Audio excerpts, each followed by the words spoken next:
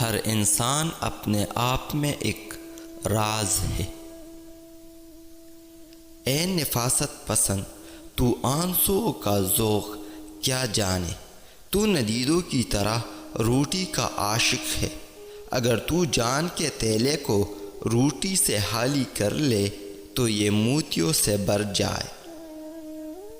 جو لقمہ انسان کی جان میں نور اور کمال بڑھاتا ہے وہ حلال کمائی سے حاصل کیا ہوا ہوتا ہے۔ حلال لقمے سے علم اور دانائی پیدا ہوتی ہے۔ عشق سے دل کی نرمی پیدا ہوتی ہے۔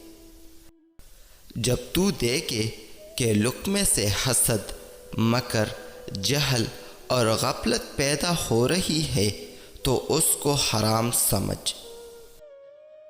لقمہ بیج ہے اور اس کا پھل خیالات ہے۔ حلال لقمہ منہ میں آنے سے عبادت کا رجحان اور آخرت میں جانے کا پختہ ارادہ پیدا ہوتا ہے۔